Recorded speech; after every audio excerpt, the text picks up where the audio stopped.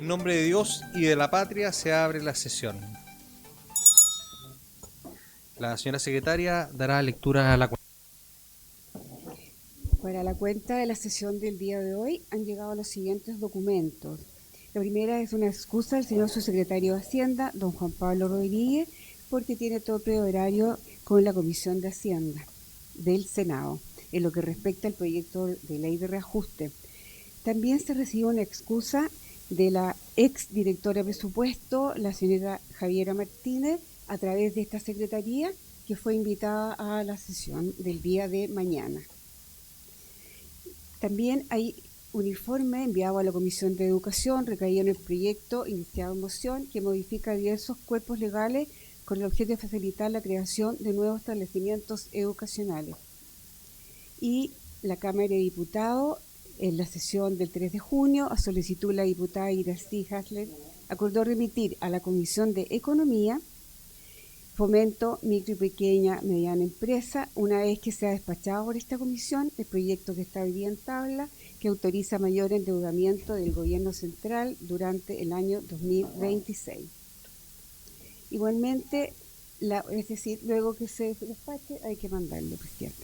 La Comisión para el Mercado Financiero, respondiendo también a un oficio de la Comisión, en relación a la ley FinTech, que eso se le preguntó hace bastante tiempo, señala que se ha agendado una reunión el lunes 22 de junio a las 12 horas en la dependencia de la Comisión para el Mercado Financiero. Yo no sé si alguien la pidió individual o fue, respondieron hoy día. Sí. Ya, pero esta es la Comisión para el Mercado Financiero. Igual se lo podemos decir cuando él llegue. Y hay un correo del señor Pablo Andrés Fierro. Él es un pequeño empresario de la cisterna y solicita a la Comisión, por favor, aclarar las desventajas tributarias que enfrentan las pymes al contratar servicios digitales extranjeros o importar insumos, donde se le retiene el 19% IVA, pero se emiten invoice extranjeros, impidiendo su uso como crédito fiscal. Esta situación genera un sobrecosto operativo, asimetría competitiva y frena la digitalización, por lo que solicita a los diputados justificación legal, mecanismos de recuperación y posibles cambios normativos para equiparar estas compras con las nacionales. Luego, una carta de la doctora profesora Judith Gómez, que en representación de los apoderados del programa de promoción de talentos académicos Semilla, que imparte la Universidad Católica del Maule, también junto con una serie de apoderados, en este caso son 6 u 8, cada una señala su especial situación, manifiestan su profunda preocupación ante la incertidumbre presupuestaria que amenaza la continuidad de financiamiento y las becas asociadas al programa Promoción de Talento Académico. Desde 2016, este programa ha funcionado como una política pública clave para la equidad e integración de la región del Maule, atendiendo actualmente a 310 estudiantes con altas capacidades que provienen en su mayoría de establecimientos públicos y subvencionados. Al respecto, la familia, al señalar, aquí veo algunos, su especial preocupación, bueno, actúa como herramienta clave para la equidad, movilización social y descentralización. Igualmente expone la realidad de esos hijos diagnosticados con TEA, que también están en este programa, y igualmente del espectro autista y discapacidad motora, lo que constituye un enorme desarrollo humano y salud mental indispensable para estudiantes vulnerables, en este caso la región del Maule. Y todos en el mismo sentido, entonces hacen ver su situación. Son como 8 o 10 apoderados de sí.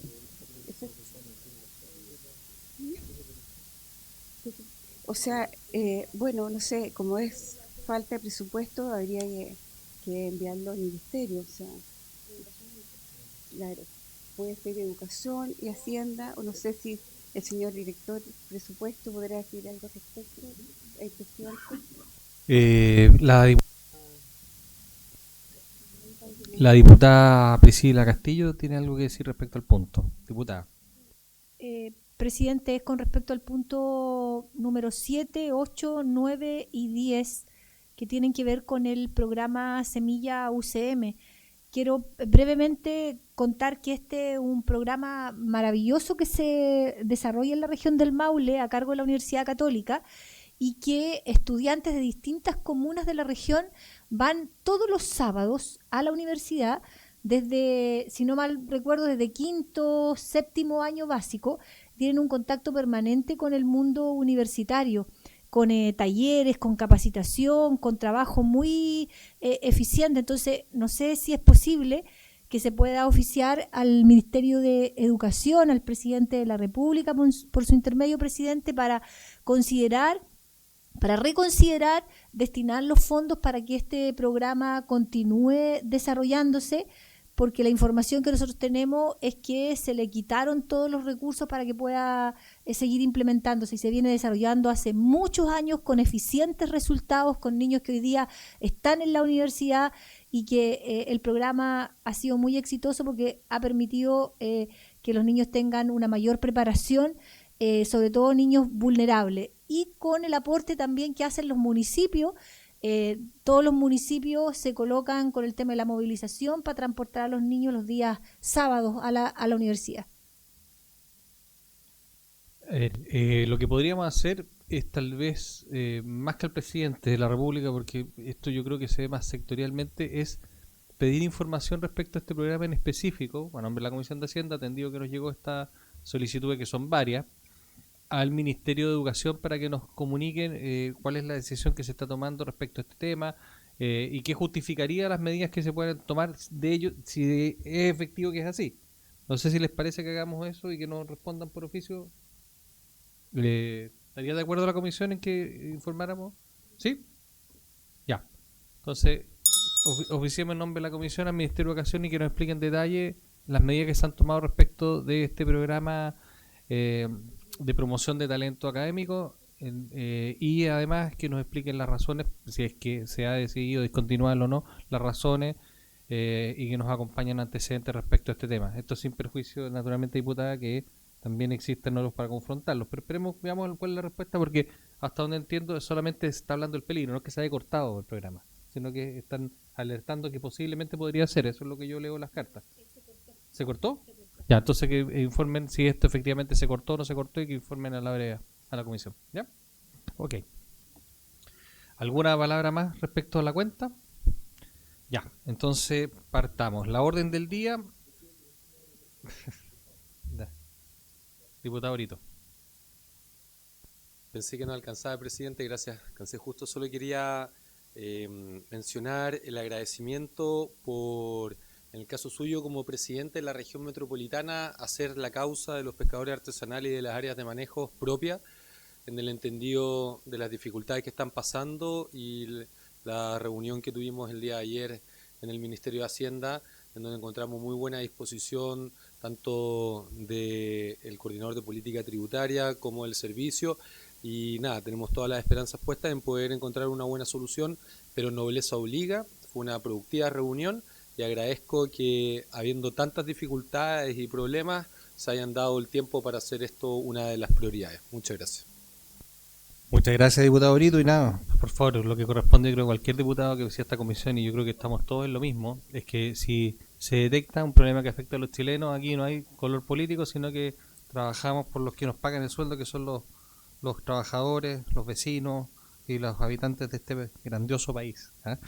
Les quería hacer una pregunta, discúlpenme que me tome yo un tema en un punto varios. Yo, en la semana distrital, algún grupo de comerciantes de feria me ha planteado un tema con respecto a la implementación de la ley de cumplimiento tributario y toda la ley de feria, respecto de la posibilidad de que las municipalidades renueven ahora, durante este periodo, las patentes comerciales con iniciación de actividades. Yo les pediría que pudiéramos conversarlo, tal vez en ámbito separado, para ver si efectivamente esto es así, para poder preguntarle al Servicio de Impuesto Interno y al Ministerio de Hacienda cómo están monitoreando eso, de ser necesario tal vez alguna norma que permita aplazar a estos requisitos, si es que de verdad que hay una situación que podría dejar a muchas ferias libres sin sus permisos. Diputado Boris Barrera. Gracias, presidente. ¿Podríamos invitar a algunos dirigentes, o no?, de los que tramitaron la ley, porque me imagino que a ellos les deben llegar todas las denuncias, dificultades que han tenido con la implementación. ¿Le parece? Estoy de acuerdo con usted. Veamos si podemos fijarla tal vez en algún, ahora que, bueno, salgamos de este proyecto y vemos si tenemos la posibilidad de fijar una sesión para saber realmente cómo ha estado funcionando eso, ¿verdad? Pero de todas maneras conversémoslo para que de ser más o menos crítico esta situación, porque tengo entendido que en este mes o en el próximo se tienen que renovar las patentes. Entonces no vayan a quedar fuera sin sus patentes comerciales. Eso, bueno. La orden del día tiene por objeto recibir los antecedentes por parte del señor director de presupuesto, don José Pablo Gómez Mesa, respecto del proyecto de ley que autoriza mayor endeudamiento al gobierno central durante el año 2026, boletín 18.296-05, con urgencia calificada de suma. Le quiero ofrecer la palabra al señor director de presupuesto para que nos exponga y nos explique sus impresiones técnicas respecto a este proyecto de ley. Muchas gracias, presidente. Muy buenos días. Buenos días por su intervención a todos los miembros de esta comisión. Hemos puesto en la pantalla lo que son las últimas estimaciones de cierre del año 26 de proyecciones que dimos a conocer hace 2 semanas y que se presentó también en la Comisión de Hacienda a mediados de la semana pasada. Este informe de finanzas públicas, presidente, es un informe que se genera a partir de las obligaciones legales de la Ley de Responsabilidad Fiscal, con sus modificaciones, y en general tiene 3 contenidos principales. El cierre, en este caso el cierre definitivo, este es el primer informe financiero del año 26, establece el cierre definitivo del año fiscal 25 y hace una comparación entre los resultados esperados y los resultados efectivos en materia de balance cíclicamente ajustado.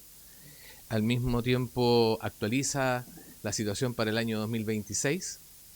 Para eso nosotros lo que hacemos es hacer un reconocimiento de los ingresos y gastos, como lo voy a mostrar más adelante, y luego actualiza el programa financiero. En este caso también hicimos una actualización de la trayectoria de deuda a partir de una revisión de los datos del primer trimestre.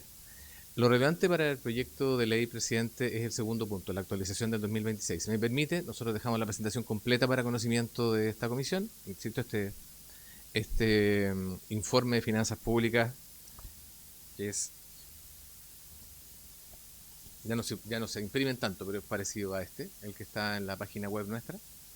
Este informe de finanzas públicas entonces tiene otros componentes, pero dado el proyecto de ley que está en estudio y discusión en esta comisión, si me permite voy a pasar solo al punto de la actualización de 2026 y hacer una referencia al tema de las proyecciones de deuda. Queda todo a disposición de la comisión, pero aquí tampoco quisimos hacer un cambio respecto a lo que conoció el Senado la semana pasada, por tanto, por eso la dejo completa. Respecto del año 26, lo primero que nosotros reconocemos es un escenario tremendamente volátil, ¿sí? Y esa volatilidad, de que ya lleva 12, 13 semanas de conflicto, particularmente en torno al cierre del estrecho de Hormuz, resulta sumamente relevante para la formación de precios y de expectativas en todos los países y sobre todo en un país cuyo 90%, cuyo casi 100% de combustibles derivados de hidrocarburos provienen de fuentes importadas. Tanto todo lo que ocurra con el petróleo, y así lo conoció esta comisión también en los proyectos asociados a la compensación por la subida de los precios de los combustibles, le va a afectar a los chilenos. Aquí tengo 3 gráficos, un gráfico de tráficos de tanqueros, esto es súper relevante porque el precio de los combustibles se genera a partir del precio del crudo, luego del margen de refinación y luego de la logística de distribución. Y aquí lo que estamos viendo es que la logística de distribución está hasta abril por lo menos casi en cero. Y por lo tanto, por el estrecho de Hormuz pasa un porcentaje importante, entiendo que cerca del 20% de todo el petróleo, por lo cual afecta tremendamente las disponibilidades y los inventarios en el mundo. Al lado están los precios que ya se configuran a partir de los márgenes de refinación. Aquí están los productos refinados, comparados con el WTI, que es el marcador global. Nosotros usamos otro marcador que es el Brent. Y después están las curvas de futuro de los precios del petróleo, que ya no convergen a 60, convergen entre 70 y 80 cuando los analistas lo ven a futuro. Esta situación de volatilidad es sumamente relevante porque en el caso chileno al menos también le puede empezar a pegar a los precios de los alimentos y los fertilizantes.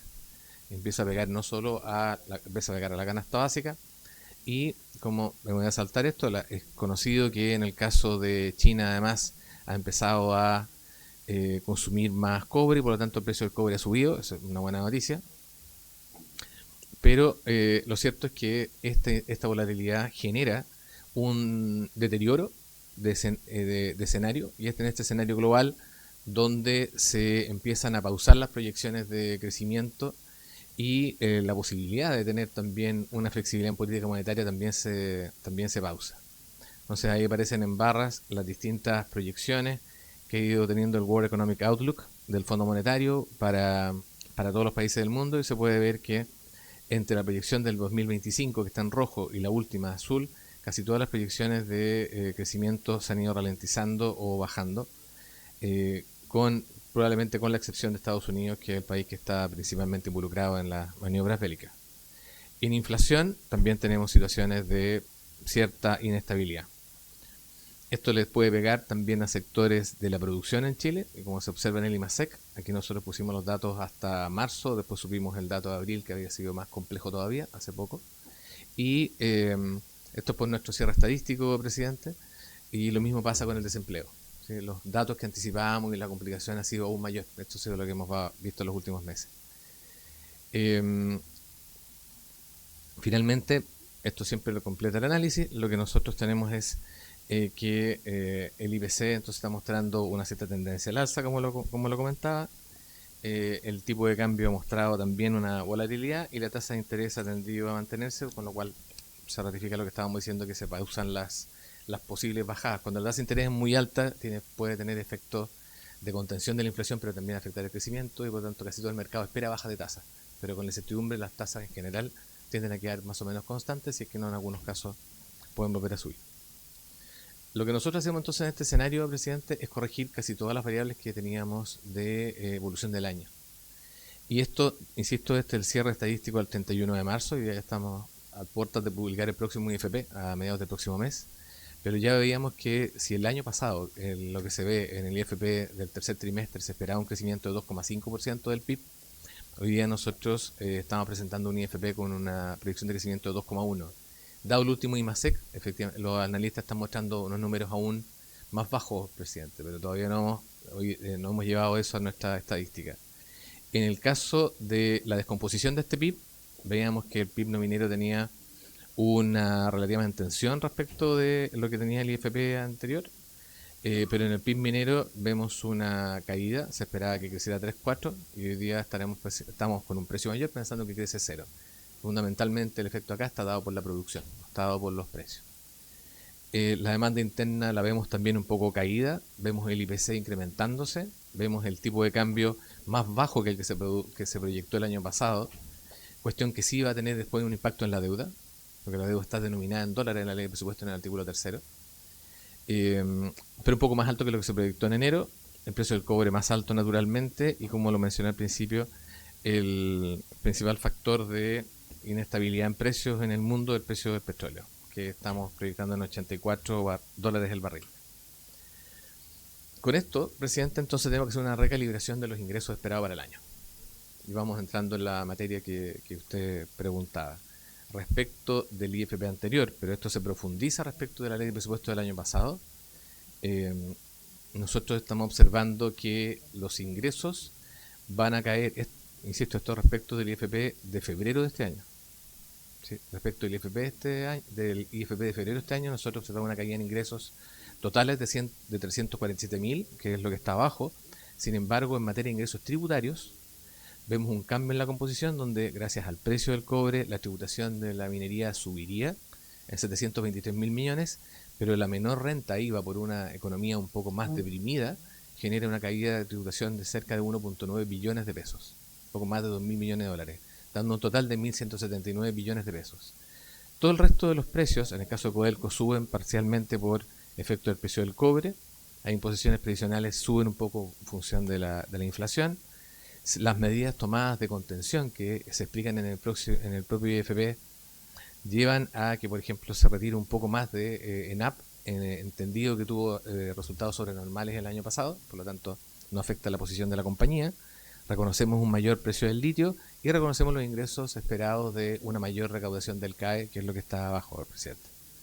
Sin perjuicio de eso, nosotros tuvimos también que reconocer, en términos gruesos, que la ley de cumplimiento tributario, que se había proyectado el año pasado como relevante para la consecución de los ingresos fiscales de este año, no está rindiendo de la manera que esperamos. Nosotros hacemos un recuadro en el informe de finanzas públicas explicando que la base del 22 que se utilizó en el informe financiero para tramitar la ley es una base alta a nuestro juicio, anómalamente alta, porque el año 22 veníamos saliendo de la pandemia con un rebote después de la caída del año 2021. Pero si uno observa cómo se ha estado dando entre el efectivo y el proyectado en materia de impuesto a la renta en los grupos empresariales y tomar a otra base, y lo mismo pasa en el impuesto al valor agregado, cuánto se proyectó y cuánto se tiene de manera efectiva entre el 22 y los años siguientes, lo que uno debiera tener es que la ley de cumplimiento tributario se anticipa como de un menor rendimiento, casi un tercio de lo que se supuso en el informe financiero, y desplazada también en el tiempo por lo menos un año. Por lo tanto, a nivel agregado, nosotros entendemos que la ley de cumplimiento tributario está otorgando los resultados, pero en régimen puede ser más bajo y con un pequeño rezago respecto de lo que estaba proyectado.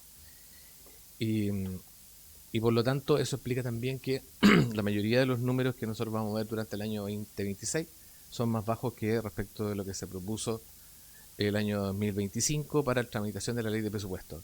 Esto es un tema que no es nuevo, presidente. Esto lo conoció la comisión y esta Cámara cuando se decía que la ley de presupuesto se presentaba como con una estimación de ingresos demasiado optimista, una sobreestimación. También escuché que lo mencionaban algunos parlamentarios, y que en el caso de los gastos que vamos a ver ahora había un reconocimiento parcial, si es que no una subdeclaración de los gastos. Esto tiene que ver con el balance estructural, si permite, presidente, lo salto, porque cuando uno habla de deuda está hablando de balance efectivo. ¿Sí? Y en el caso de balance estructural hay una historia que es un poco distinta, que tiene que ver con cómo se están manejando los ajustes en las brechas del PIB y particularmente el precio del cobre. Pero eso lo dejo para conocimiento de la comisión, no voy a entrar en eso ahora, si me permite, presidente. Lo mismo acá, estos son los ingresos que cíclicamente ajustados que provienen de los ingresos efectivos que tuvimos antes, con los ajustes cíclicos. ¿Le parece que lo salte? Ya. Respecto de los gastos, presidente, nosotros hemos tenido que hacer un reconocimiento de obligaciones casi de 2,5 billones de pesos. Esto es lo que llamamos las presiones de gastos. Esto es una suma que está descompuesta en el informe de finanzas públicas. O después, si necesitan la información también se la podemos hacer llegar. Son una suma de cosas. Por una parte, las presiones de gastos netas de las provisiones que estaban en la ley de presupuesto. Se supone que la ley de presupuesto lleva provisiones para gastos de leyes comprometidas. Sin embargo, a nuestro juicio esas provisiones no alcanzaban a la suma de obligaciones que tenía la propia ley. Solo para recordar, la ley venía con algunos gastos como los salarios que no estaban inflactados, si no se recuerdan, estaban constantes en pesos del año pasado. No consideraba, por lo tanto, los efectos completos de la ley de reajuste. En algunos casos no contemplaba los efectos de la reforma previsional, este 1% adicional patronal que tiene que pagar el fisco como empleador. Y así unas innumerables obligaciones. Tal vez la más relevante de eso es la diferencia entre el presupuesto de salud y el gasto de cierre. En el caso de salud se da la coyuntura negativa, que el año pasado termina un gasto que es más o menos histórico, en torno a los 19 billones de pesos, y en términos gruesos, y el presupuesto aprobado es del orden de 17,5 billones, por lo cual uno sabía inmediatamente que la presión de gasto era la diferencia entre ambas cosas. Reconocemos también, presidente, las medidas de apoyo ante el alza de los combustibles, que están acá gruesamente indicadas, pero más detalladas en el informe, que habla del congelamiento de tarifas en el transporte público, Santiago Regiones, bono de apoyo a los pescadores artesanales, entre otras medidas. Y consideramos el efecto del ajuste fiscal, que es 1.7 billones, pero aquí lo ponemos 1.3 porque hay una consideración respecto de qué afecta el patrimonio neto, que es lo que se llama el gasto bajo, gasto sobre la línea, versus ajustes que se hacen a obligaciones que no afectan el patrimonio neto del fisco, que son bajo la línea. El ajuste global, lo expliqué en esta comisión a propósito del proyecto de reconstrucción, es como 1.7 algo. Lo que estamos reconociendo como ajuste fiscal sobre la línea es 1.3 billones. En esa medida, presidente, el IFP mostraba el IFP de febrero mostraba un crecimiento de 1.7 con el crecimiento del gasto respecto del año 2026. Nosotros estamos mostrando una variación del gasto de 2.8. Y el gasto total, entonces, que aspiramos a administrar es de 87,5 billones de pesos. Permítame tenerme un segundo acá, presidente, para el trabajo de la comisión. En el momento en el que nosotros reconocemos las presiones de gasto en salud y después reconocemos un futuro déficit, nosotros necesitamos entonces ver si los recursos que están disponibles en la ley de presupuesto alcanzan. Y de aquí donde en este gasto se justifica la primera parte de lo que es el informe de finanzas públicas, cuando se dice se esperaba un déficit, si no me equivoco, Mauricio, de 1,5 puntos del PIB para el año 2026 cuando se formuló la ley de presupuesto, ¿sí? Y lo que se tiene hoy día es una trayectoria donde el balance efectivo es de 2,4. Por lo tanto, tiene 0,9 puntos del PIB para financiar. Esa es la primera razón entonces que existe. Una vez que se caen los ingresos y suben los gastos, o si tiene un deterioro en el balance, la pregunta es si lo puede financiar.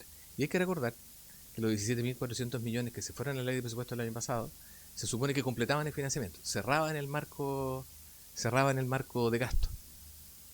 Entonces, en la medida que usted tiene más gasto, usted tiene que salir a buscar fuentes de financiamiento.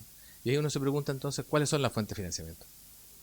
Y las fuentes de financiamiento, presidente, al final pueden ser 3 o 4.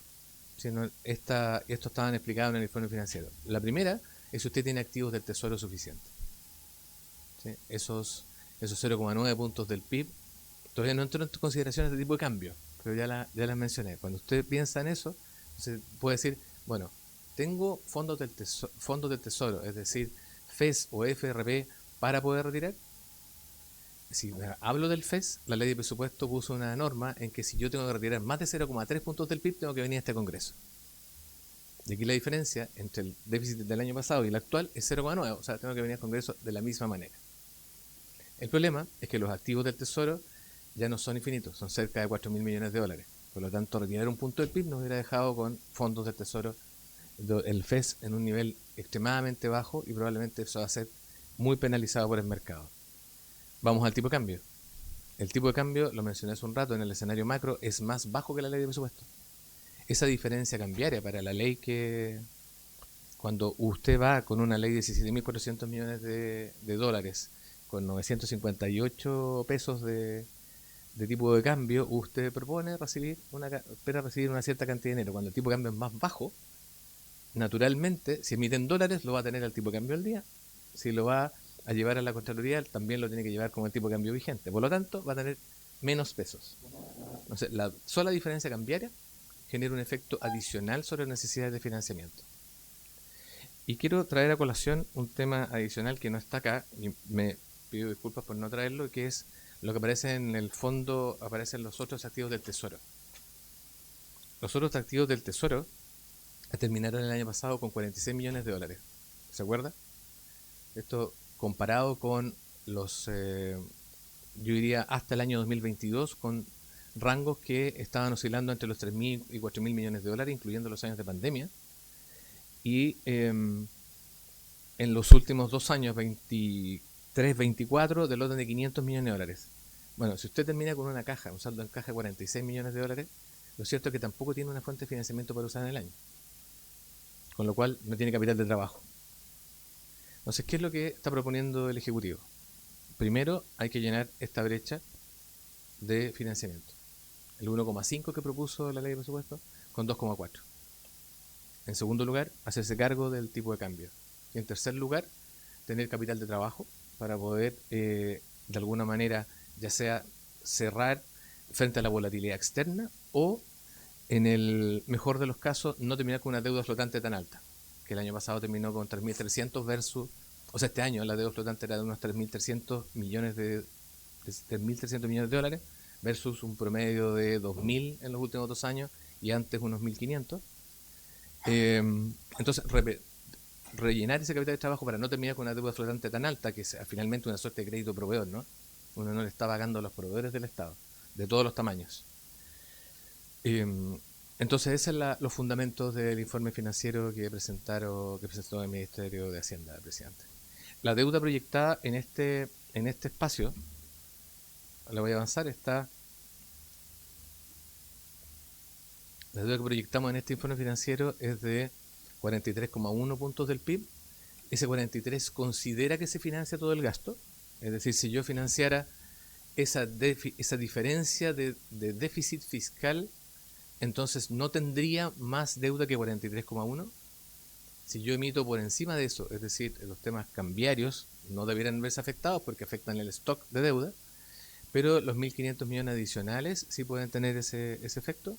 Serían algo así como 0,4 puntos del PIB, por lo tanto la deuda terminaría bajo el rango prudente 45%, estimado en un 43,4%. ¿Sí? Si uno quisiera verlo así, presidente. Eso, presidente, atento a cualquier duda. ¿Me parece que recibamos consultas? Sí. Por supuesto. Gracias, señor director. ¿Alguna consulta que quieran formular los señores parlamentarios? Para que marquen los micrófonos. Voy a ofrecer la palabra al diputado Jorge Brito.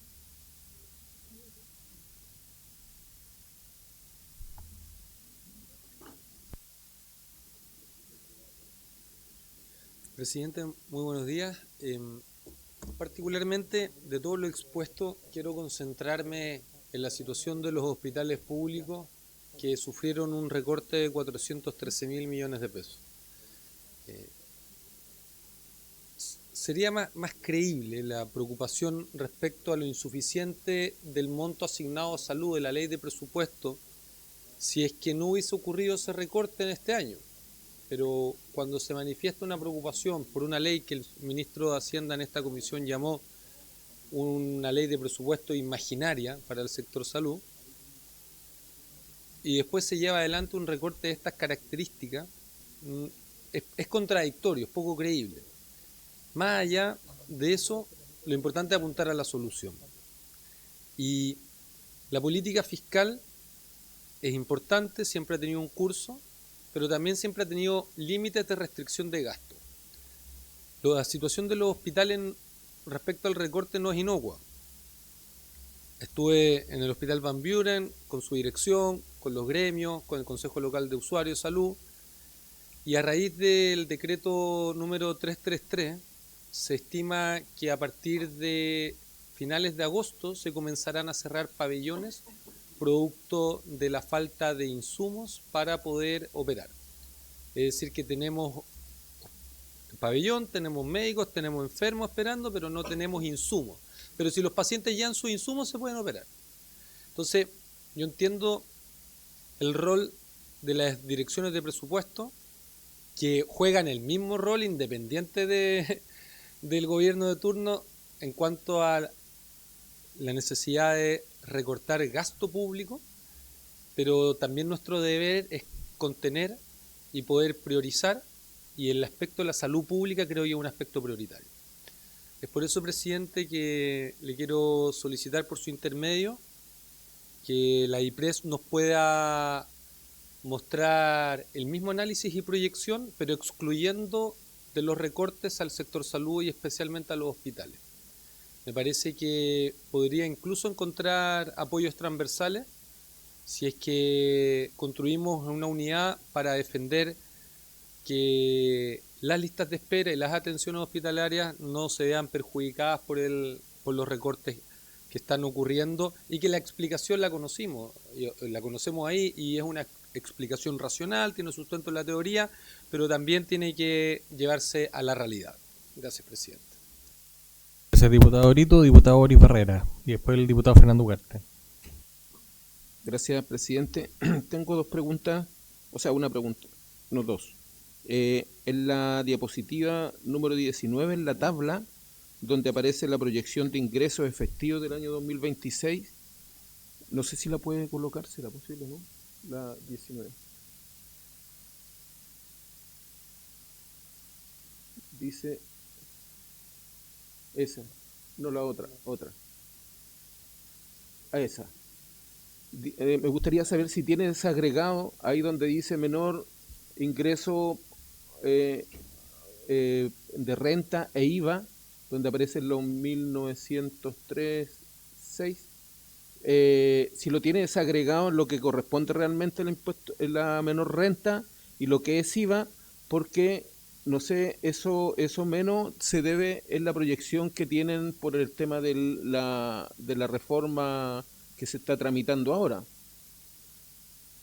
Entonces es distinto decir de que de eso una parte corresponde al IVA y la otra corresponde a la reforma, que sería importante poderlo identificar. Y lo otro, donde aparecen las donaciones, y esos 22.000 también corresponden, el menos 1,5% de la variación, corresponde también a la reforma en lo que tiene que ver con el artículo, en la reducción por el tema de la herencia.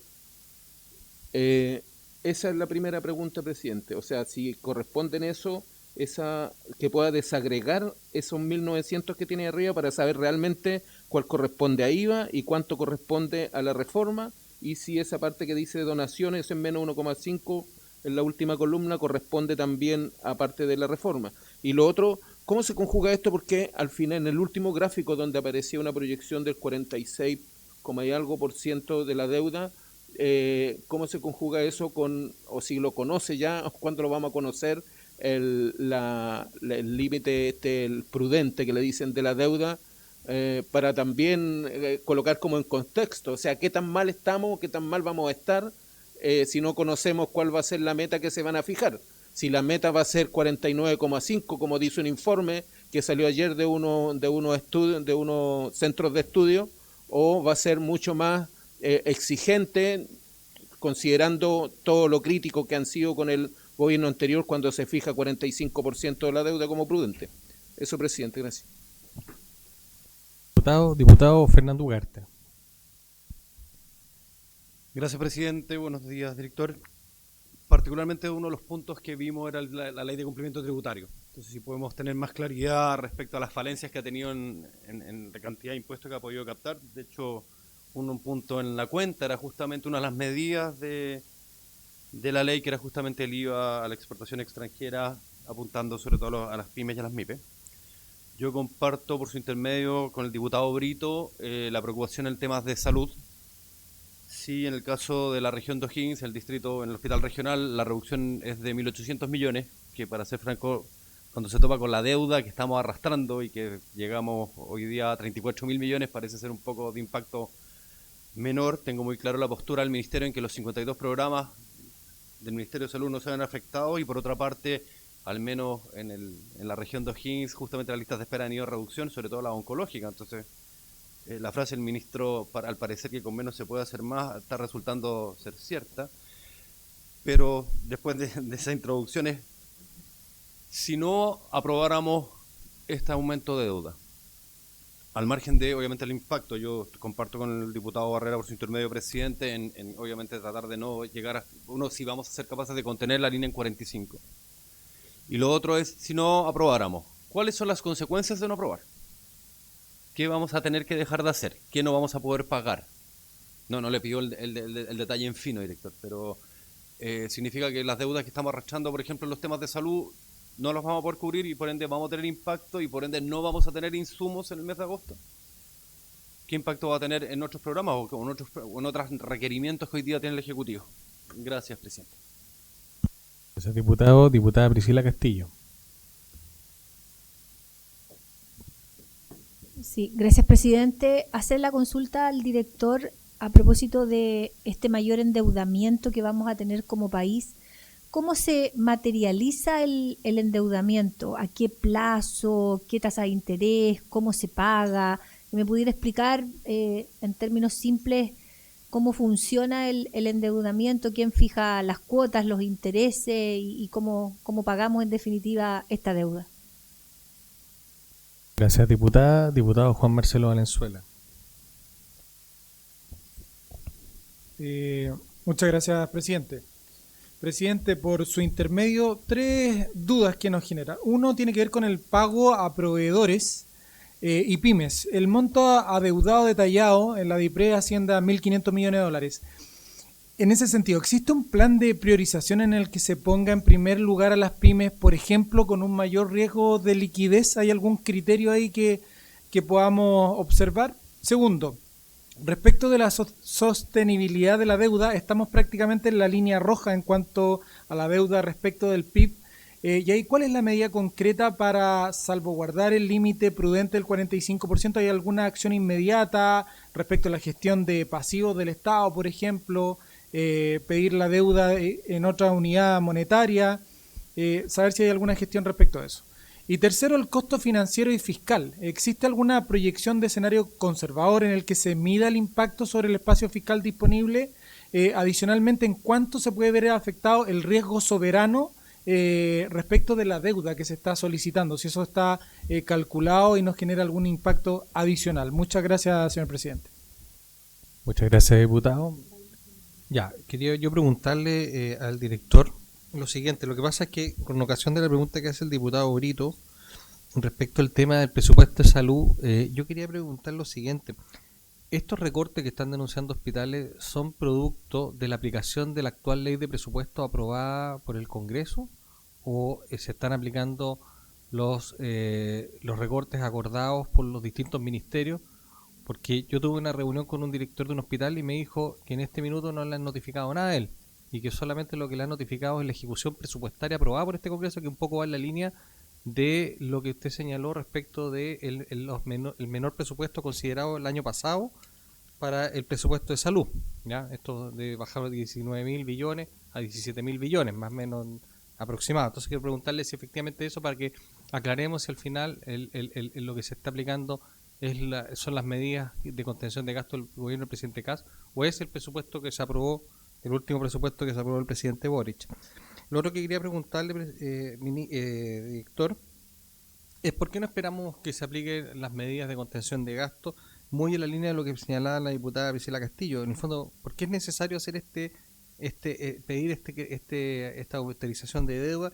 ¿Cómo se materializa? Ya lo preguntó la diputada, pero quisiera saber con más profundidad por qué no alcanzan los 17.400 millones que están autorizados en la ley de presupuesto. ¿Por qué no alcanzan? ¿Qué se dieron cuenta usted y por qué se pide en fondo estos 6.200 millones? Eso, director.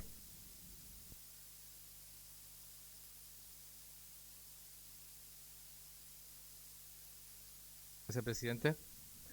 A ver, primero, respecto del tema de salud. Nosotros estamos reconociendo una presión de gasto en salud que llena de alguna manera la brecha entre el gasto del año pasado y lo que está en la ley de presupuesto.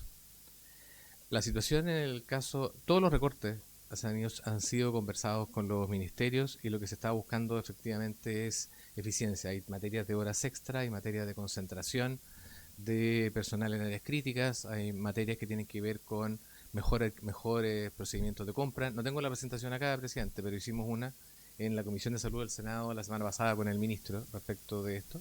Si quiere se la hacemos llegar.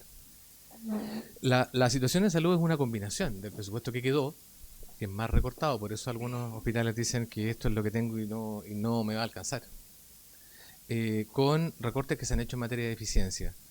Lo que sí nosotros reconocemos es que hay hospitales que van a requerir suplementos y no se va a dejar a los hospitales en las áreas críticas sin ese suplemento. Y me preguntaba en términos muy generales, usted y otros diputados, ¿qué ocurre si es que no aprobamos esto? Entonces, si yo mirara la tabla de mayor requerimiento de financiamiento, entonces la respuesta es bastante simple, no lo vamos a poder servir. ¿Sí? No solo vamos a dejar de pagar, sino que vamos a tener que dejar de producir en algún momento. Si no tenemos recursos, podemos irnos a cuenta de los proveedores e incrementar una parte de la deuda con ellos, pero también puede ocurrir que no nos presten más, que no nos entreguen insumos, porque no se los estamos pagando. Entonces, yo creo que la situación que tenemos es que si nosotros queremos cerrar el año, aún habiendo hecho un ajuste de eficiencia en todos los ministerios, con un nivel de gasto que sea compatible con las necesidades de las personas, yo sé que los ajustes no gustan, este financiamiento se requiere. En términos sencillos, presidente, los 17.400 millones estaban pensados para ingresos más grandes y gastos más pequeños. Cuando usted reconoce ingresos más bajos y reconoce gastos más grandes, necesita más deuda. Y ese es el monto que está hoy día solicitado. Los 6.200 millones, al final del día, tienen 3 explicaciones. Si uno es sencillo. ¿Tienes ahí el informe? Pero en la presentación. Voy a tratar de recordarlo con el informe financiero, presidente. Mientras busca, o la PPT que presentó Tomás. En segundo lugar, voy a recordar los números en un segundo. Si no se aprueba, entonces vamos a tener que reconocer estos mayores... no vamos a poder reconocer las presiones de gasto. Lo que vamos a tener que hacer es ajustar los presupuestos de todo el mundo hasta que alcance con los ingresos que estamos proyectando. Entonces el ajuste debiera seguir hasta los recursos disponibles. Eso es lo que debiera ocurrir. Frente a la pregunta, me parece muy importante la pregunta del diputado Barrera, por su intermedio, presidente. Estas proyecciones no consideran nada del proyecto de reconstrucción. Los IFP lo que tienen son proyecciones sobre leyes aprobadas y el resto son estimaciones. Por lo tanto, no se considera el efecto de el proyecto de reconstrucción ni en primera categoría, ni en invariabilidad, ni en DFL2 e IVA. Eso no está contemplado, ni tampoco en donaciones. Esto son predicciones de ingresos respecto de una situación base. Y es importante, presidente, porque si en el IFP próximo, que es en julio, no estuviera aprobada la ley de construcción, tampoco lo vamos a poder reconocer. Porque lo que se reconoce es aquello que está aprobado. Sin perjuicio que en las proyecciones globales que hace el gobierno sí lo considera. Pero en el IFP está fuera de norma hacer esas proyecciones. Con todo, el proyecto sí se ha explicado en los recuadros que tenemos en el IFP. Entonces, para repetir, presidente, los 6.200 millones adicionales, según se ha indicado, se explican por un mayor déficit, esos son 3.800 millones de dólares, comparado con la ley de presupuesto del año pasado. Y al tipo de cambio de la ley del año pasado. Si hacemos el ajuste por tipo de cambio, se requieren 900 millones adicionales. Y si uno ve otras necesidades que son como recomposición de capital de trabajo para cumplir otros compromisos de pago, entre otras reducir la deuda flotante, requiere unos 1.500 millones de dólares. Eso es lo que suma 6.200, presidente. Me preguntaba también cómo funciona, la diputada, cómo funciona el tema de la deuda. En general se emite deuda en un porcentaje del orden del 70% en el mercado local y un 30% en el extranjero. En el extranjero, en general, se emite en alguna moneda tipo dólar o euro, pero también se ha explorado otras plazas en algunos otros momentos, otras plazas y otras monedas, por ejemplo, francos suizos. En general, todas se llevan a dólar al final del día. Los instrumentos que se usan cuando son algunos de corto plazo, que se llaman letras, que son instrumentos de vencimiento. Se ofrece una letra en el mercado local a un vencimiento de 3 o 6 meses, por lo cual lo que se suscriba hay que pagarlo en ese periodo, y en otros son emisiones de bonos. Las emisiones de bonos, dependiendo del instrumento, están entre 5 y en algunos casos superan los 30 años.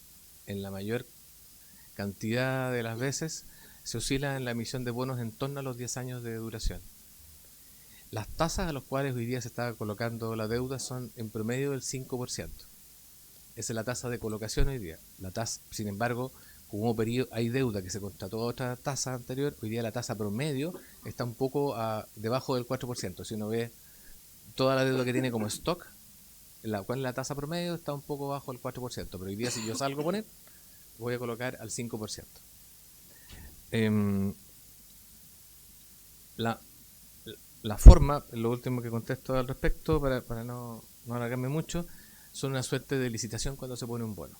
¿Sí? Se ofrece en una plaza, en un día determinado, una colocación de bonos de una manera tal en que se le dice al mercado que Chile va a vender un papel electrónico o un papel o algo electrónico que dice que va a pagar en 10 años una cantidad de dinero, y la pregunta al mercado es ¿cuánto pagan por ese papel? La diferencia entre lo que pagan y lo que ofrece el papel, intereses anuales o semestrales y un principal al final, es lo que se llama la rentabilidad del bono, o al final es como la tasa de interés que se paga por él. Respecto de las deudas impagas a las pymes en particular, durante los primeros meses hemos tratado de servir toda la deuda flotante y reconocer la mayor cantidad de los gastos, ¿no? O sea, no hemos actualizado en materia de deuda flotante con todos los ministerios, por los cuales hoy día las pymes no tienen ni un castigo ni una prioridad. Lo que sí ocurre es que en algunos ministerios se demoran un poco más en facturar, ¿sí? Pero en principio no hay una prioridad particular a un tipo de proveedor u otro. Ahora, hay una pregunta muy importante también respecto de las acciones para la sostenibilidad. En el entendido que no queremos superar el 45% de techo de deudas o el nivel prudente de la deuda, hay que tomar acciones destinadas a, en primer lugar, retomar las sendas de crecimiento. Si uno hoy día no tiene mucho espacio en subir impuestos, a menos que sean algunos impuestos específicos,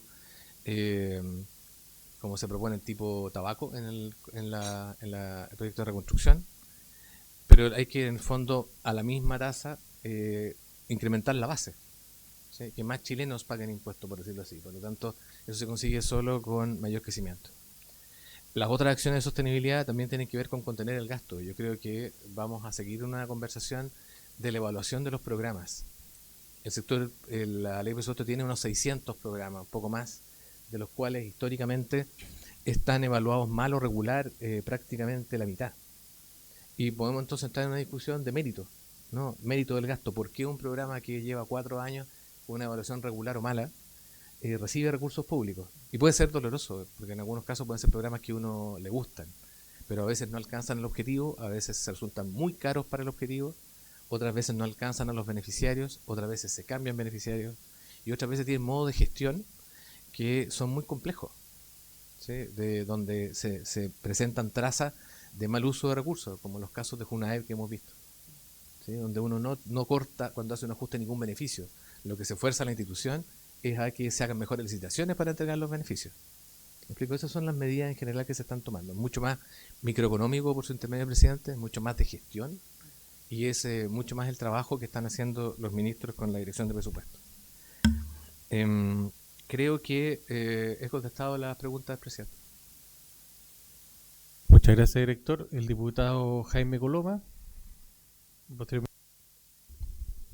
Gracias, presidente. Saludar por su intermedio a todos los invitados, al director de la IPRES también y todo su equipo técnico. Director, yo tengo un par de dudas en relación a, en el caso hipotético que se llegase a rechazar esta solicitud de aumento de deuda de 6.200 millones de dólares, la cual tiene como su eje principal o su principio de ser el mal presupuesto del año en el cual los últimos años presupuestarios probablemente tal de, y para qué hablar del año 2025, que supuestamente la deuda iba a ser de 1,6 y terminó en 3,7. ¿Cuáles serían los efectos que este Congreso o esta comisión rechazara esto? ¿Dónde tendrían que hacer recorte y cuál sería un poco el dolor? Y lo otro, si mal no me equivoco, en el mes de septiembre vamos a tener una nueva reevaluación crediticia en relación a ver la nota que tenemos. A su gusto de ver, ¿cuáles son las implicancias que tuvo esta mala evaluación por parte del gobierno anterior en la deuda pública, en este aumento gigantesco? Y en relación también a las cifras, porque claramente, y es realmente lamentable, que DIPRES, por lo que usted hereda también, director, tiene menos credibilidad y eso también está dentro de los insumos que toman estas asociaciones para ver la nota crediticia. ¿Usted cree que puede haber una baja en ese sentido? Y por último, y aquí ya una pregunta distinta, un poco más de futuro, en vista a las malas cifras que tiene, ¿usted cree que el camino de no enmendar el rumbo y no hacer un cambio profundo, superaríamos el 45% de deuda o no? ¿Y qué implicancias tendría eso? Eso, presidente. Muchas gracias. Gracias, diputado Coloma. Diputado Juan Marcelo Valenzuela. Muchas gracias por su intermedio, señor presidente. No sé si no escuché o me gustaría repreguntar el hecho si es que por el riesgo soberano a partir de la propia deuda, si hay algún spread que se debe considerar respecto del tipo de endeudamiento. si el hecho de aumentar el endeudamiento aumenta el riesgo del país, si eso efectivamente nos va a golpear en materia de tasa de endeudamiento. No sé si me explico bien la pregunta. Muchas gracias, diputado. ¿No hay más preguntas, señor director? Muchas gracias, presidente. A ver, en términos sencillos, sin el financiamiento adicional, en la práctica no podríamos cumplir compromisos. Da lo mismo cuánto presupuesto tengamos aprobado. Lo cierto es que en algún momento, en algún minuto, vamos a dejar de pagar algunas cosas, vamos a dejar de financiar. No sé cómo explicárselo al presidente, pero si es que los recursos son 100 y tiene gasto comprometido por 120, va a llegar a 100. Eso es bien sencillo. Podríamos hacer un cálculo de 3, de cuáles son el gasto que tenemos ahora, cuáles son las proyecciones que tenemos y cuáles van a ser los ingresos que vamos a recibir. Lo cierto es que si no se aprueba la deuda, entonces la DIPRES va a tener que reconocer un mayor gasto con o sin decreto. Yo sería bien franco en este punto. O sea, un problema de liquidez, presidente, para todas las personas que administran un hogar o una empresa, enfrentan los mismos desafíos. Al final del día, se puede financiar aquello que, o sea, se puede comprometer aquello que usted puede financiar. Ahora bien, me parece muy relevante las preguntas del riesgo soberano y la evaluación crediticia. Si nosotros no hacemos nada en materia de sostenibilidad del gasto, vamos a superar fácilmente el 45%. Nosotros tenemos una trayectoria de crecimiento del gasto que va por arriba del crecimiento de la economía. Si los ingresos al final del día crecen junto con la economía, ¿sí?, y los gastos crecen sostenidamente por arriba del crecimiento de la economía, entonces solo puede incrementarse la brecha entre uno y otro, porque el dinero no se inventa. Entonces vamos a superar el 45% sin problema. De ahí la importancia de ir tomando todas las medidas de eficiencia, como lo decíamos, de ajuste y de reconocimiento de mérito de gasto, por complejo que ello pueda parecer. Las trayectorias también obligan a, en primer lugar, como decía antes, a buscar mayores fuentes de crecimiento de nuestro país. En segundo lugar, empezar a buscar las medidas de ajuste de gasto, también empezar a buscar nuevas fuentes de ingreso, como lo está proponiendo el Ejecutivo. En esa medida, presidente, ¿qué es lo que pasa con las clasificadoras? En mi opinión, una opinión personal, después de haber trabajado con hartas clasificadoras en vidas pasadas, 3 cosas van a ver las clasificadoras, y por su intermedio del diputado. En primer lugar, si los números son creíbles. Si usted tiene una mala base contable, no le van a creer nada, ¿ya? Y eso es lo que le pasa a las clasificadoras con algunos países vecinos, que pueden estar bullantes en la economía, pero no tienen credibilidad en sus cifras. Por lo tanto, lo que les ocurre es que igual tienen riesgos soberanos más altos. Lo segundo es que van a preguntar la trayectoria. Si nosotros mostramos una trayectoria sin control, naturalmente el outlook va a ser negativo y eventualmente pueden creer menos en que uno pueda servir la deuda. Por el contrario, si uno tiene una trayectoria de convergencia, que es lo que el Ministerio tiene que proponer en el decreto de política fiscal, si usted tiene una trayectoria de convergencia que es creíble aunque exigente, entonces usted tiene un plan. De ahí las clasificadoras pueden hacer o no credibilidad de eso, pero dicen, ok, usted tiene un plan para no complicar al país, ¿cierto? Y lo tercero, presidente, es que usted cumpla el plan. Usted tiene buenos números, tiene un plan y lo cumple. Esas 3 cosas son lo que principalmente ve una clasificadora.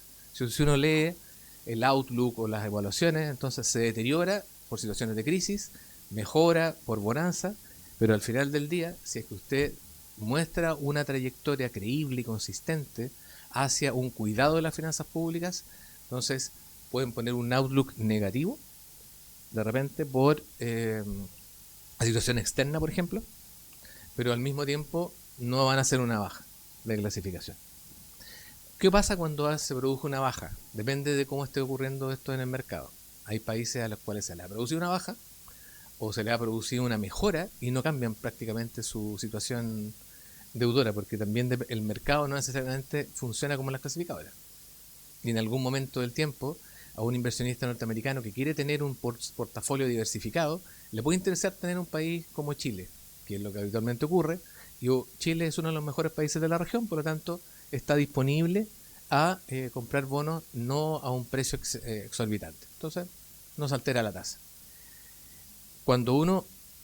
Lo que ha pasado en este caso, cuando nosotros hicimos el anuncio de que estábamos subiendo la deuda en este informe, ahí debió haberse producido una alza de tasa, en realidad, porque ahí el mercado hubiera dicho, esto, tenemos un problema. Y no se produjo. ¿Por qué? Porque creemos nosotros que el mercado ya lo sabía. El mercado, después de varios años de déficit, ya anticipaba que teníamos que requerir financiamiento, por lo tanto no se produjo una alteración. En el caso del anuncio de este proyecto de ley, se produjo un crecimiento en el día de unos 10 a 15 puntos base. Esto es 0,15%, 0,1 o 0,15. Eso está dentro de lo que uno llama ruido blanco. Cuando uno ve cómo se mueven las tasas del Tesoro y el Riesgo País se puede mover 10 puntos de una semana a otra por algún evento. Por lo tanto, es difícil hoy día saber hasta que no se coloque. Esa sería mi respuesta, presidente. Gracias, director. Diputado Pierre Carlesi.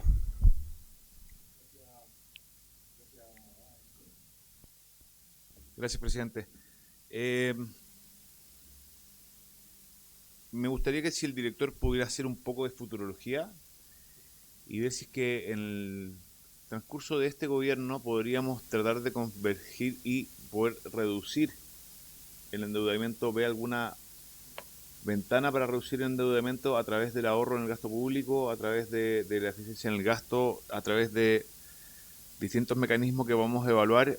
Incluso hoy día veo que el expresidente Frey habla de la cantidad de gente que hay informal hoy día en nuestra economía, a través del crecimiento con el proyecto del proyecto de reconstrucción, porque el director nos acaba de mencionar como 2 veces o 3 veces políticas de países vecinos que han mantenido distintas formas de llevar sus números, que han sido muchas veces, no los vamos a calificar de poco serias, pero bastante maquillados. Y la situación de los últimos 4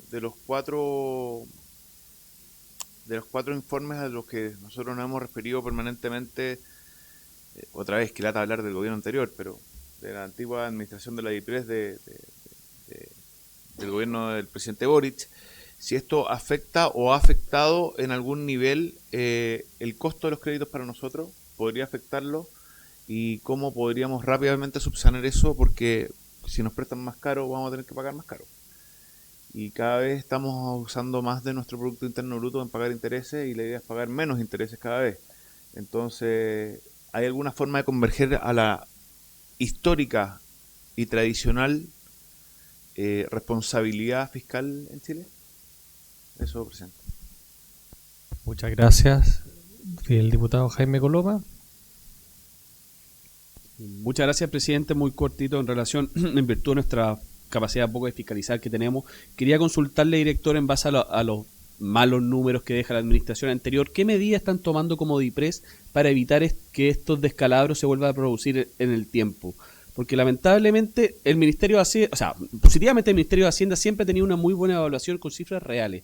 Y en nuestra capacidad de legislar siempre han sido datos creíbles para el interior como también para el exterior, calificadores de riesgo. Pero en virtud de los paupérrimos números, hay que decirlo con su propio nombre, que ha tenido y mala proyección, esta situación de credibilidad se torna más difícil. Lamentablemente, distintas personas tienden a desconfiar muchas veces en estos números. Entonces, ustedes como DIPRES, ¿qué acciones están tomando con el fin de que no se vuelva a repetir estos casos, director? No sé por si puede responder eso. Muchas gracias. Gracias, diputado. Señor director. Muchas gracias, presidente.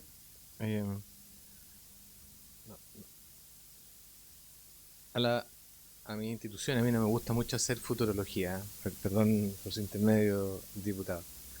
Lo que nosotros pusimos quiero irme a 2 cuadros del informe de finanzas públicas, que es lo que nosotros estamos diciendo. En primer lugar, haciendo la actualización con los gastos que teníamos reconocidos en la ley de presupuestos actualizados, nosotros estábamos diciendo que que en una trayectoria de gastos comprometidos como la que dejó la ley de presupuesto, y que nosotros, insisto, tenemos que regular, pero reconociendo los gastos del año 2026, nosotros reconocemos que se produce un cierre del balance, anunciar un cierre o una disminución en el déficit proyectado hacia el 2030.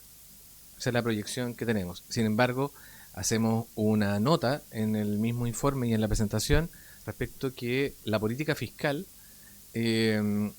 puede ser más exigente que esto y puede llegar a una convergencia mayor. Y tendríamos que trabajar entonces para llegar a un balance cíclicamente ajustado, más apretado respecto de lo que tenemos, y al hacer eso, entonces nosotros vamos a estar reduciendo la tasa de crecimiento de la deuda. Y ahí pasa a ser importante, porque si la deuda crece menos y el país crece, entonces el porcentaje de deuda respecto del producto por su intermedio, presidente, es lo que va a ir bajando.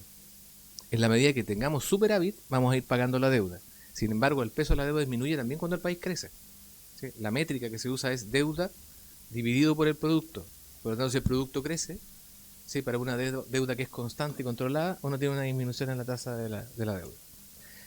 Por lo tanto, nosotros decimos, esto es lo que nosotros proyectamos, lo pusimos en el informe de finanzas públicas, y pusimos una trayectoria de deuda que sorprendió mucho, y dice, esto supera el 45%.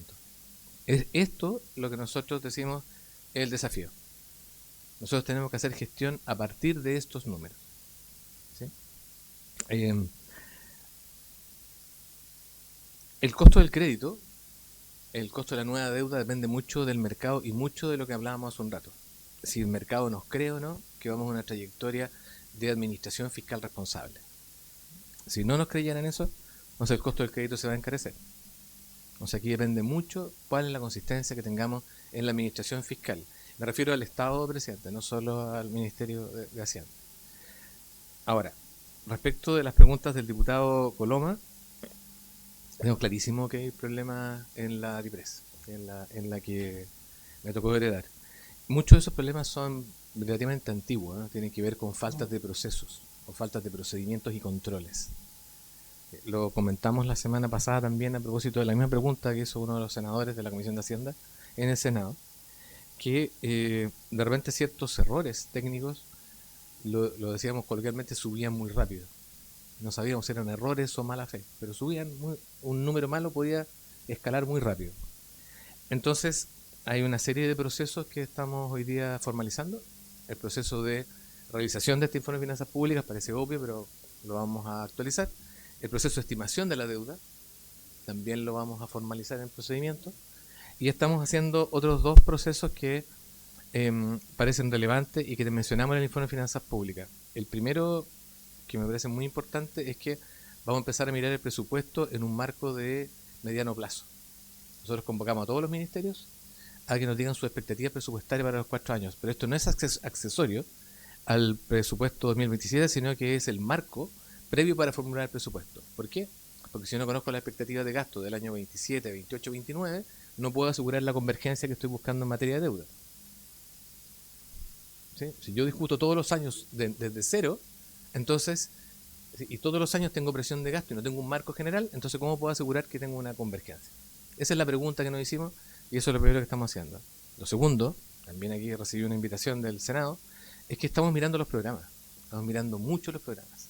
Ha sido bastante polémico en algunos minutos, porque no hay ningún programa que diga soy un mal programa, ¿no? Todos tienen un buen nombre, por decirlo así. Pero lo cierto es que los resultados en algunos casos son magros. Entonces, perdóneme la broma del presidente, pero lo cierto es que nosotros de repente vemos con preocupación que a través de los años los programas tienen mala evaluación, esas evaluaciones se conocen en las comisiones técnicas y los programas siguen recibiendo recursos. Y es algo que probablemente tenemos que revisar en la próxima tramitación presupuestaria del presidente. Entonces estamos haciendo eso por su intermedio del diputado Coloma. Procesos, programación de mediano plazo, revisión programática. Y por último, nosotros estamos trabajando harto con el CFA también. ¿Sí? Hemos renovado nuestros compromisos con ellos, le hemos entregado la información, incluso las planillas de deuda que no tenían. Así es que renovado los votos, gracias presidente, hemos renovado el compromiso, porque nosotros creemos que es una gran colaboración en materia de la política fiscal. Así es que no estamos peleando con el CFA, estamos trabajando con ellos. Gracias, presidente. Gracias, señor director. Le doy la palabra al diputado Eduardo Durán y a la diputada Flor Baice después, pero le quiero hacer una pregunta respecto al último que usted señaló. ¿Qué posibilidad existe que la dirección de presupuesto en esta formulación que van a hacer, que es un cambio, digamos, mirar las expectativas presupuestarias por el periodo completo, de poder tener un presupuesto base cero solamente teórico, que permita a la dirección de presupuesto también llevar una medida. Es decir, si nosotros no tuviéramos nada de esto, estamos acá. Porque al final siempre se ha conversado la posibilidad de hacerlo, pero yo sé que es súper difícil. Eso es como resetear el Estado, pero en el fondo, ¿qué posibilidad de tener como parámetro? Si nosotros solamente cumpliéramos esto esencial, esta es la desviación. ¿Cuánto es lo que tendríamos que gastar en verdad para poder, por así decirlo, prender la luz del Estado?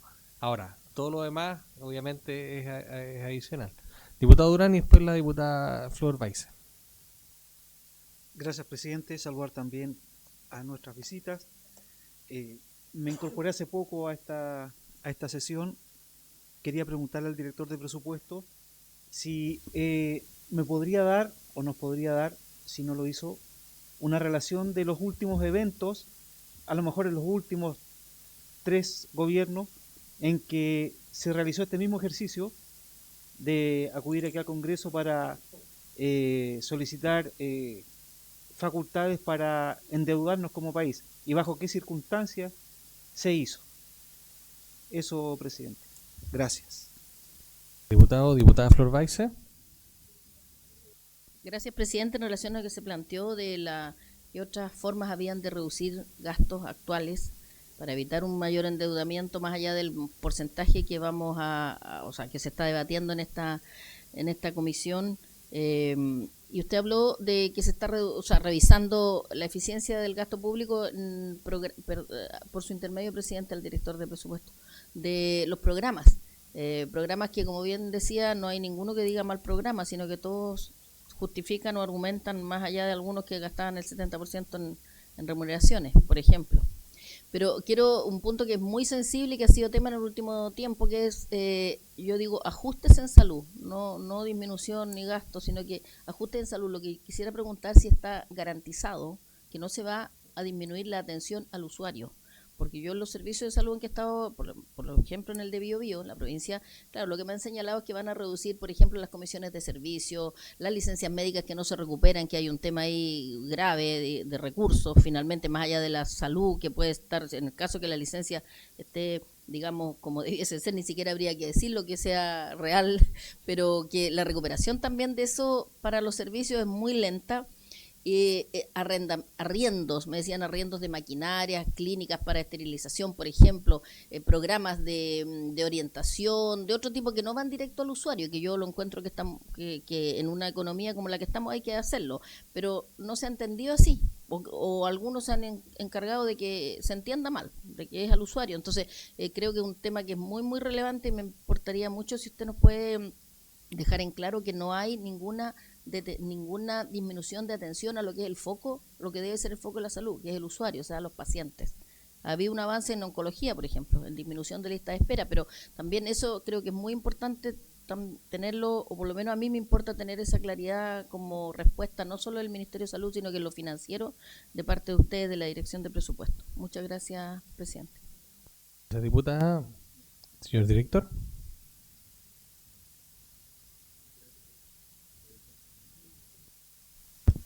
Muchas gracias, presidente.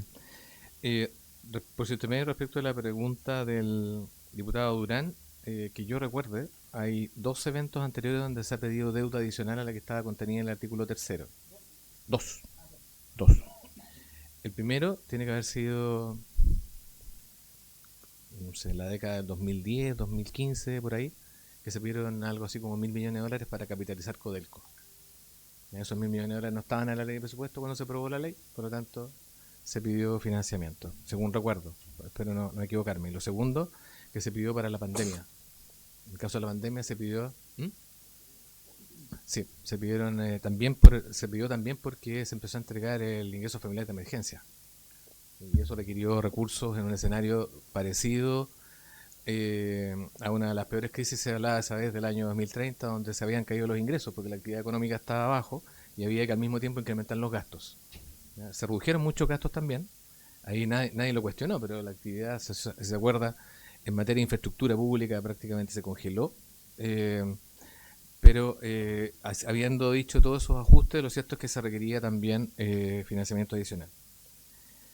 Respecto de la pregunta de la diputada Baize, que pregunta que agradezco, Nosotros tenemos un trabajo permanente con el equipo del Ministerio de Salud. De hecho, tenemos gente trabajando con el Ministerio de Salud todas las semanas. Y el foco es no parar las atenciones. O sea, no es solo que vayamos a garantizarlo, sino que el foco es no hacer afectación de ninguna de las atenciones, pero sí revisar todas las maneras de gestión. Lo que usted ha mencionado como ejemplos es efectivo. Efectivamente, se están revisando arriendos, se están revisando convenios, se están revisando licencias, se están revisando recontrataciones, se está reasignando personal en algunos casos, y todo con el objeto de utilizar mejor los recursos que están disponibles en la ley de presupuesto para el Ministerio de Salud. Un ejemplo de ese trabajo es la asignación a la alerta oncológica, tal como usted lo acaba de mencionar por su intermedio, presidente, donde se le otorgaron recursos para ir reduciendo el flujo y el stock, o sea, la cantidad de personas que están en lista de espera y el flujo de personas que para incrementar el flujo de personas atendidas con ocasión del cáncer. Y tenemos 2 o 3 líneas de trabajo también destinadas a la lista de espera, pero en el fondo lo que está haciendo es que en estas presiones de gasto que reconocemos se asigna hacia las atenciones y hacia donde hay de alguna manera gasto eficiente. Eso, presidente. Muchas gracias, señor director. No viendo más palabras solicitadas, vamos a poner término a la sesión, ¿ya? Y continuamos a las 15 horas, donde va a venir a exponer el Consejo Fiscal Autónomo. Por haberse cumplido el objeto de esta sesión, se levanta.